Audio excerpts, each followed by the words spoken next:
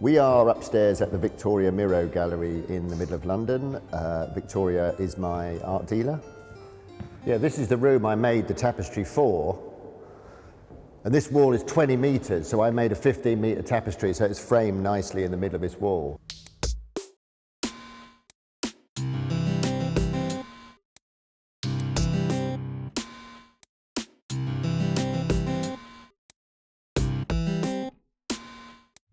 The technology inspired me initially.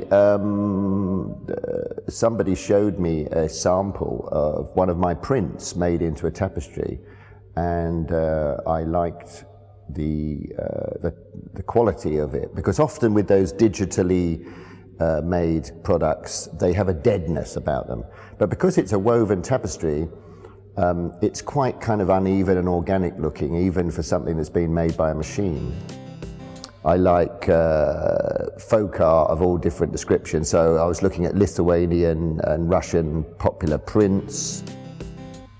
The most famous tapestry in British culture is the Bayeux tapestry, and it's about the Norman invasion of Britain in 1066. And I called mine the Walthamstow tapestry because I wanted to be about, I wanted to have an association with that old idea. But Walthamstow is where my studio is.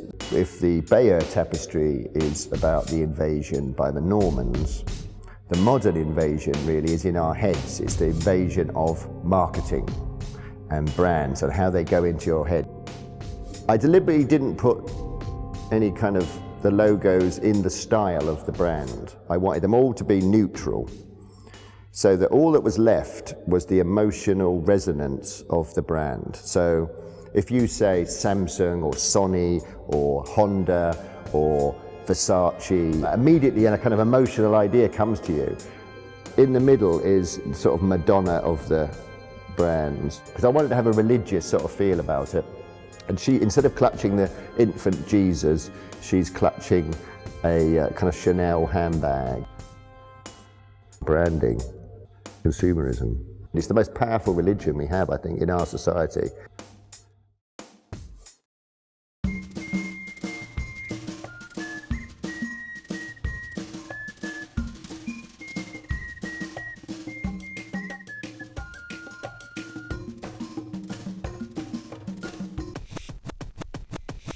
My teddy bear features a lot. There he is, as a Japanese teddy bear. He is the supreme being that rules over my universe.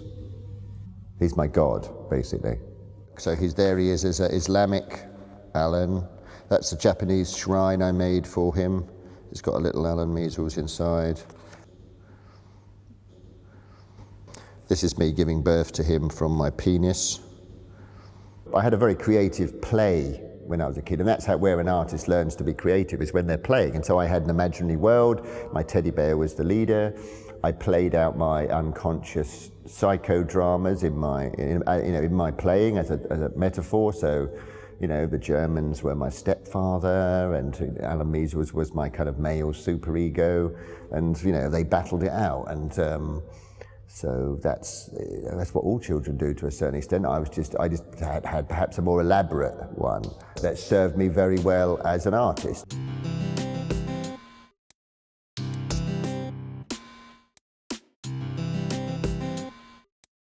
I went to evening classes after I left college, and I just went there because a friend said it's cheap.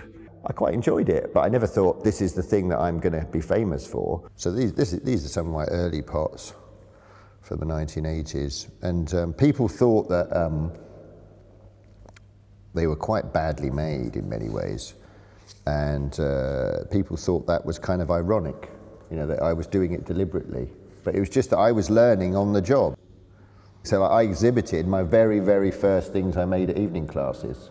It took about maybe 8 years or 10 years before I thought, this is what I'm doing. I didn't decide that it was going to be the thing. It just gradually happened that I became well known.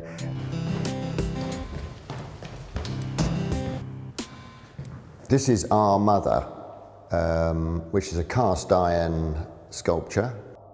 The idea was that it was a kind of like a pilgrim figure walking through life. You know, this whole idea that we're going through the journey of life, having psychological baggage. So this is a kind of idea that, you know, you're carrying all your baggage.